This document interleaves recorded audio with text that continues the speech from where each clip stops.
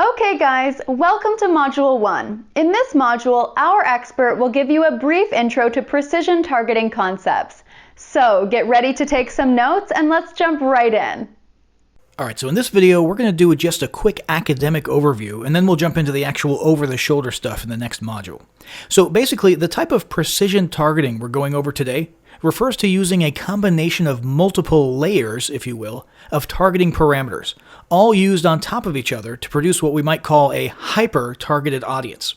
Now, these multiple layers consist of geographic targeting, demographic targeting, interest targeting, placement targeting, and sometimes intent targeting, and we'll talk about that a little bit later. The power of precision targeting comes from the overlapping of these layers. Now, real super precision targeting would theoretically include a minimum of 3 of those layers, preferably 4 if it's applicable. And it's important to note that within those parameter categories, you can also have multiple overlapping layers inside of them. So within geographic targeting or within interest targeting, you can have some overlap within those. And you'll see what I mean shortly. So let me give you an example, and this is kind of an outside-the-box example. Let's say we're targeting Indian or South Asian business owners in the US on Facebook.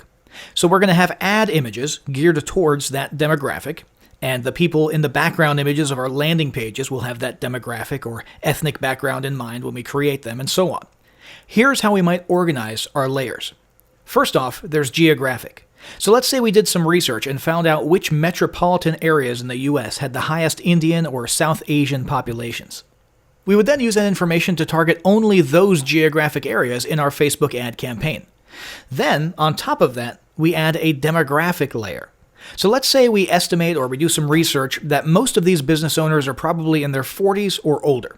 So we set that age as another demographic layer on top of our geographic layer.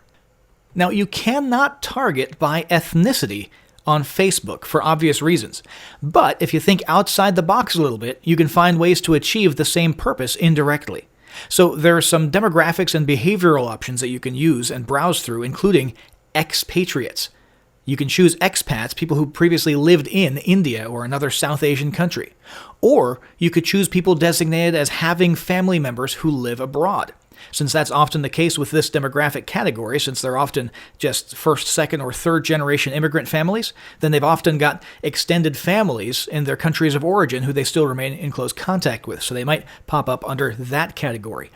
By itself, that doesn't sound like much, but when you overlap these parameters together, you're actually tightening that targeting circle more and more around exactly who we're looking to target. And, as you saw there, that was an example of layers within layers for the demographics category. Now let's talk about interest targeting. And this is amazing because it becomes almost magical if you think outside the box. Remember, we can't target based on ethnicity. But, let me ask you this. Who likes Bollywood movies? I mean, sure, Bollywood has a significant international fan base. It's awesome. But, on the whole, what group of people do you think make up the majority of Bollywood fans in the USA? Yep, probably Americans of South Asian descent or Indian descent. So, when you choose the Facebook interest Bollywood movies as an interest, along with other Bollywood-related interests, like, let's say, Bollywood network or a common Bollywood channel, TV channel, those are all there on Facebook to choose from. If you choose those, you're getting into hyper-targeting. But let's add another layer now. This time we would narrow the audience by using AND logic instead of OR logic, meaning we want to make sure that this next layer has to be held in addition to the one that we just specified, rather than OR. So we don't want someone who likes Bollywood or is also a business owner, because that'll completely ruin the entire targeting process. We want someone who likes Bollywood and is a business owner.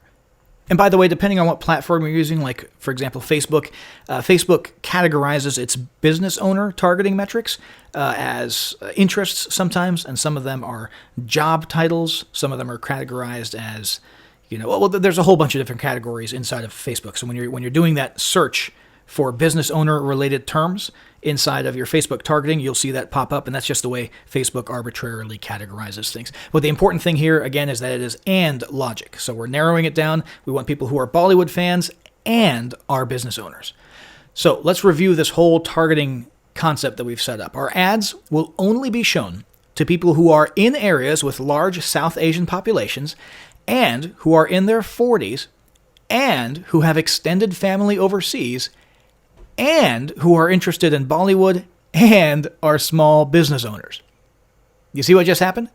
We just precision targeted the exact group that we wanted to display our ads to.